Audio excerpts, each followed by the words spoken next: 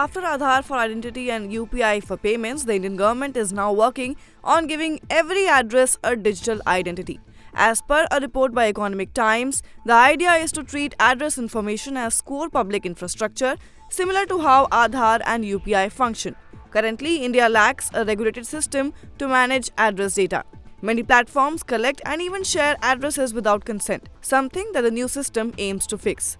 At the heart of the plan is a new digital address framework being developed by the Department of Posts and closely monitored by the Prime Minister's office. The framework will include standardized address formats, systems for user consent, and mechanisms to securely share address data only with permission. A key feature is the DigiPin, which is a 10-character alphanumeric code linked to the exact geolocation of a place. Unlike traditional PIN codes, DigiPin can identify homes or businesses even in remote or informal areas like villages or slums.